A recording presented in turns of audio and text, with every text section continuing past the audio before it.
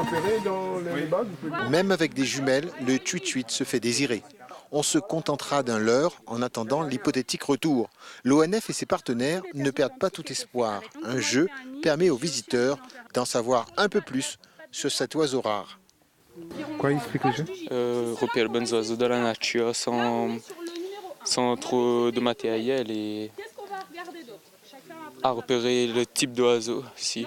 Il sert à quoi? Il sert à sensibiliser le public déjà à l'importance du tuit-tuit à la roche écrite, de savoir que ce sont les derniers spécimens qui se trouvent sur cette réserve naturelle, sur ce territoire, et de leur apporter par le côté ludique l'envie d'apprendre sur une espèce qu'il n'aurait pas identifiée spécialement en montant au gîte de la plaine des Chicots, et aussi peut-être d'être ambassadeur et donner envie aux autres personnes de se rendre sur les lieux, et après peut-être d'intervenir comme membre de la CEOR bénévole pour participer à sa préservation. Il ne reste plus beaucoup de couples, il y a peut-être une quarantaine, alors qu'avant il y avait une cinquantaine, à peu près une centaine.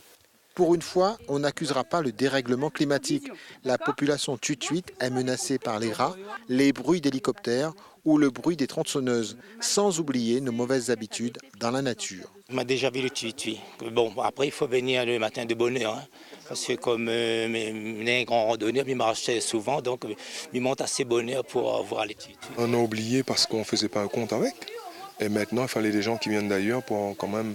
A priori, je pense que c'est un Allemand qui a fait les statistiques, un Anglais, ouais, dans les années 70.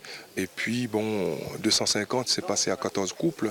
250 couples arrivés à 14 couples. Bon, quand même, c'était énorme. Le gîte de la Roche Écrite met à disposition du grand public gratuitement l'ensemble du programme Tuit-Tuit.